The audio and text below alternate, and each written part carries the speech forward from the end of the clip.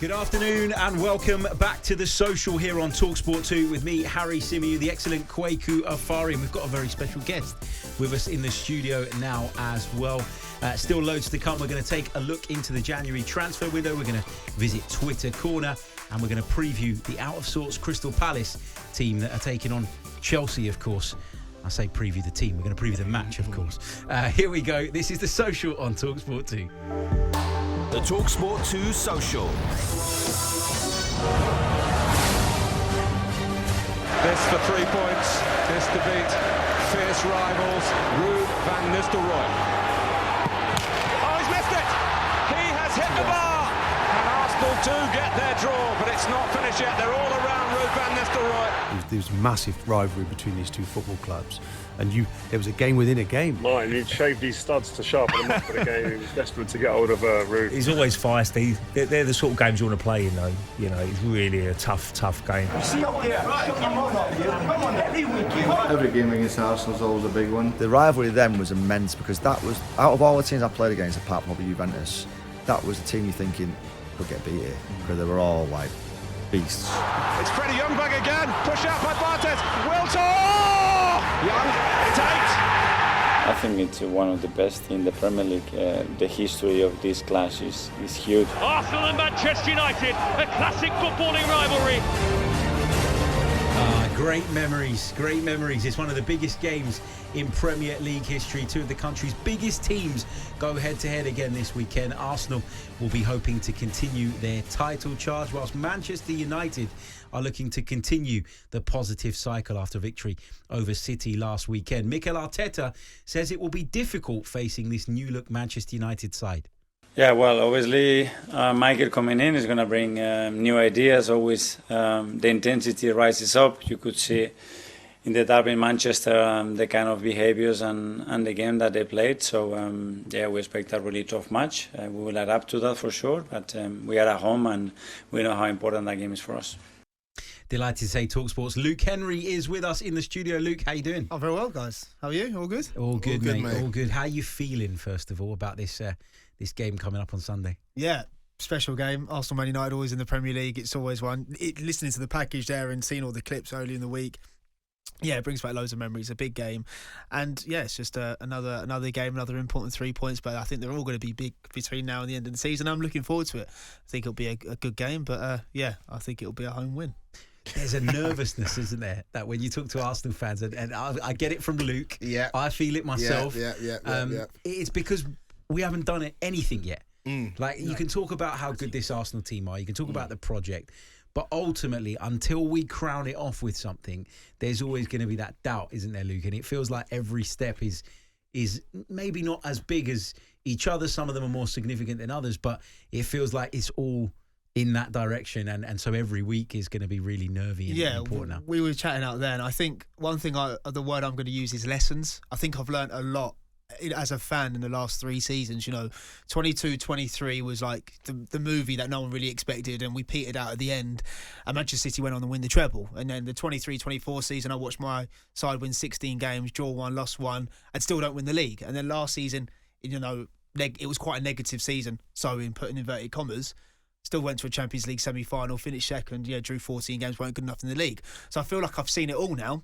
And I look at this specific title race and I kind of feel like it's ours. I feel like we're in a title race with ourselves and it's up to us to go and grab it. And I was quite annoyed about the performance against Nottingham Forest, a little bit frustrated against Liverpool at home, but the Forest one especially, given what happened earlier in the afternoon with City. I just don't want to give them any invites, and for me, I'm a bit anxious because I feel like it's us to go and grab it and seize it, whereas it feels different, and I feel like hopefully we can pull clear, and come March we might be taking clear, and it could be a special season. I'm not getting carried away into the Champions League and the League Cup and the FA Cup because there's so much football to play. But when you just look at it, played 34 games so far this season and we've lost 2. Kweku's sitting there like, what are you lot nervous about? Kweku's so cool and calm and composed about it all. Gone. No, do you know, I get it, because I said pretty early doors, I said this is Arsenal's league. I think I said it in October. And then when City went on a bit of a run and you guys wobbled a little bit, I was like, oh no, this is the same thing's happening again as Groundhog Day. But the reason why I don't like Arsenal. I don't like Arsenal fans. But the reason why I can identify with this team... Cheers, mate. No, you guys are all right. But the reason why, you're reasonable. There's a lot of Arsenal fans that exist online that aren't. And that's the reason why Arsenal get a lot of hate. But the reason why I can identify with this team is because it really reminds me of Chelsea 04-05. That team had a legendary defence that were stalwarts and made sure that Chelsea didn't lose games. You had a pragmatic manager in Jose Mourinho that made you feel as a fan like it was us against the world. And the front line was so-so. People want to eulogise about Ian Robben and Didier Drogba. In the 04-05 season, Drogba got 10 league goals. Ian Robben started, I think, 18 league games. The output wasn't prolific, but they did just enough. And that's what this Arsenal team reminds me of. You've got Gabriel Saliba at the back. You've got an incredible defence. You've got a pragmatic manager in Mikel Arteta. And the front line is so-so. And I've heard people want to make conversations about this being the worst front line to ever win the Premier League. Who cares? Who cares? This is an Arsenal team that was extremely difficult to beat. I think the only criticism I have for Arsenal, and we talked about it outside a little bit, is that Mikel Arteta needs to maybe buy into the unpredictability of football a little bit. He plays with the handbrakes on all the time and he wants absolute control, which is what Mourinho craved as well. But the standards of the Premier League in 04-05 was not the standard of the Premier League right now. People want to make out that the league is in a terrible place. The floor has been raised, and so there are games, we saw it in the Wolves game, that you almost drop points in. Weird things can happen in football matches, and Arteta needs to understand that and sometimes take a step back, allow your world-class players to be world-class, and then pull the handbrake on when he needs to. And I feel like at the moment, he wants to control every aspect of a football match, and we saw that in the Forest game, and we saw that in the Liverpool game. Games that I think Arsenal should have won and could have won. And if you did, I think the title would be done by now. Obviously, Luke, we go into the weekend 7 points clear, right? So we're in a great place. Obviously, winning the game is important, right? But I think for me, it's more about what that does for the mood and how it settles people's nerves rather than it being about the 3 points. Is that fair to say this weekend of all weekends, I suppose? Yeah, I think so. Last week was a key example. You know, I was very frustrated against Nottingham Forest because of how we approached the game. But then, 72 hours later, you see the performance after 7 changes in the San Siro, and it makes you a little bit more frustrated because you know what they can do. But then it paints a completely new perspective and a new light. So as much as I want to see a performance, I think we will, because it's at the Emirates. I think we're going to be up for it. It's a big game. Obviously, Manchester United are going to be rejuvenated following last week's win. But I look at this and I always think it's up to us. If we really want to be champions, if we really want it, we can always come out and say, but if the players really want it, come out and show us, because, it is for us now. We have to do it. There's no excuses. When I look at the team, the squad is unbelievable. It's so much depth. It's just up to us to seize control. And I think we'll be saying this against Manchester United. We'll be saying it next week when we go to Ellen Road and take on Leeds. We'll say it when we play you lot in the second leg of the semi-final. Every game we want is up to us, because you look at it, like I said, we've only lost 2 games all season. And you look at the manner when we lost those games, we're a very, very good team. But like you said, we can't say too much, because now all this work, something needs to be shown at the end of the season. Yeah. And I think this is the season where the league, we have to win the Premier League title. I think you're absolutely right. Arsenal have to go and grab it now. It's there to grab. And you want to see a performance, don't you, that really kind of makes that statement. The Nottingham Forest performance was frustrating, obviously, but it was the fact that there was an opportunity to make it 9 points, to go and grab it and seize the moment, and we didn't do it. 100%. And it wasn't just because we didn't get the rub of the green. It was because the performance on the day was really poor. I completely agree with you. Let's talk a little bit about Manchester United as well. Michael Carrick has been speaking this morning ahead of the game. Let's have a listen to some of what he had to say. I think we've got our ideas, in what needs to be done and how we need to get there. I think credit to Arsenal, they're in a really strong place at the moment, and they've built the squad and the group, and Mikel takes a lot of credit for that. He's done a fantastic job, and I think we've got our own ideas as well of what we need to do and what it's going to take to get there, and that's what we'll keep working towards. Kweku, let me come to you on this one. Michael Carrick comes in, takes over as interim boss, tweaks a couple of bits and pieces. I don't think does anything particularly groundbreaking, but all of a sudden Manchester United come out. They look like an attacking force. They look much more defensively stable. Everybody looks a lot more comfortable in their own skin and with the roles that they've been provided. Just how impressive have they been under Michael Carrick, albeit in just one game? It felt like a really mega turnaround in basically no time. People talk about the Manchester United way, and it's hard to define and hard to put a finger on it and hard to say what it is. That's what it looks like. That's what it looks like. Just attacking football, getting men up into the final third of the pitch and just playing attacking football, getting the ball out wide, getting into the box, and just utilising your attacking players to create chances and opportunities. And they should have won that game by 4 or 5. They had the few goals disallowed. And it's an interesting one with Manchester United because they put themselves in a strange spot with this interim manager business, because I actually don't think we should completely dismiss the idea of Carrick being the right guy.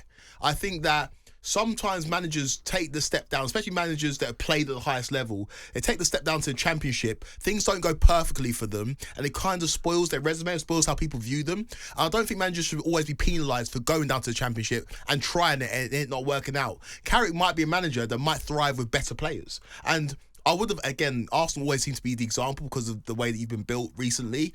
But I would like to see what Arteta would have looked like in the championship. There's no guarantee that he would have been a success. Yeah. And so I think that they put themselves in a difficult position because, say Carrick does go on a roll and qualifies for the Champions League, then you have a section of the fan base being like, let's not fall into the same trap that we did last time with Ole Gunnar Solskjaer, or like we did with Ten Hag, where we won the FA Cup and we extended him and kept him. And so you'll be torn in terms of where you're actually at. Whereas I think if you give Carrick the contract within the next, I don't know, month or two and say you've got an 18-month contract and you are our guy, then you kind of eliminate that. So I think they're in an interesting position. But in terms of the performance against Man City, they were really good. And I don't think there should be a top team in world football that plays with 3 at the back, if I'm being honest. That's just my honest feeling. You don't get your best attacking players on the pitch, and we saw at Manchester United, you got the best out of Casemiro, you got the best out of Bruno Fernandes, you got the best out of Kobbie Mainoo. Yep. And that's the problem for Arsenal, I think, on the weekend, is if those players are firing and they play anywhere close to the way they played against Man City, this game, even though it's not a derby, it has the feeling of a derby. And that emotion, Arsenal have to eliminate it and get it out of the game, because that can really cause you some problems on the weekend. I think you're bang on about the managers dropping down a division thing. If you're an elite player, you view football through that lens, right? So your ideas that you form and you develop as you go into coaching are based on the capabilities of elite players. And then you drop down to a level where they can't pull that stuff off, where the game is very, very different and it doesn't work. It doesn't mean that you won't succeed at a higher level. I agree with that. Luke, given everything that Kweku said, how worried are you about Manchester United and the threat that they pose? Because we know that Arsenal are going to be aggressive. They're going to go after this game. We know that Man United quite like to play on the break. It almost feels like we're set up for a bit of a basketball game here. Yeah, and you know, to come on here and talk and go into every single game that we play confident is a testament of where we are, you know, and I don't say that lightly. I watched Manchester United. We were all on the train last week and we were absolutely delighted, but they were very good. But one thing they did do is give Manchester City a lot of the ball. And I feel that, again, that puts the emphasis on us to go and create and go and seize it. And I'll be interested to see what Arteta does at left back. You know, Hincapie is in training, Calafiori is in training, Miles Lewis-Skelly can also play there. So he's got a decision to make there. Rule out Lewis-Skelly, he ain't starting. He might. And I think, well, what he can't do is play Jurriën Timber at left back. That's one thing he can't do. Has to play a left-footed at left back because we can step in. And this is the thing. Sometimes I do think people forget just how good we are when we play quick football. I know people assume us like pragmatic, but when we play it quick and when we've got rotations and when Calafiori can invert and Odegaard's dropping in between the pockets and Saka's coming inside, and again, he's got a decision to make on the left-hand side and he's got a decision to make up front with Gyökeres or Jesus, it can be chaotic and we can blow teams away.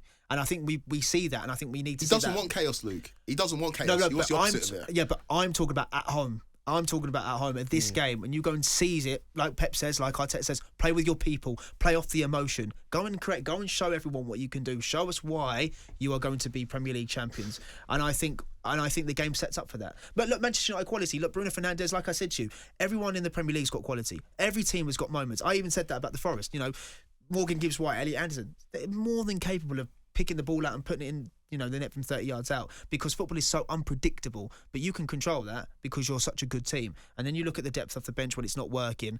It's all about us. I think Man United are going to be very good. I think it'll be interesting because I don't think they'll start with a striker because it worked so well last week. I think he'll keep the same thing. I think he'll go and Mbuemo's a false nine. They'll try and keep it compact. So it's up to us to play around and find spaces. But let's be honest, one game does not change the whole principle of Manchester United. Diogo Dalot, Luke Shaw, Harry Maguire, that is the defence that can be got at. at the end of the day. It can be, and anything less than 3 points isn't a good result, especially when you factor in Liverpool and Forest, because then it's like 3 games in January. How many more opportunities can you give away? City aren't going to. But this is the thing, Luke. You don't need to be perfect. You just need to be better than the teams you're competing with. I don't want to be. I want to be perfect as possible. You should aspire to be perfect, but you can't afford to let that kind of anxiety creep. Like, say for example, Man City aren't going to drop points this weekend, but if they did and then we did, then you have to be able to draw a line under that, like we did last week, and go move on. Like, you have to be able to do that. I don't know. I'm not. I disagree with that. I personally feel that's coping.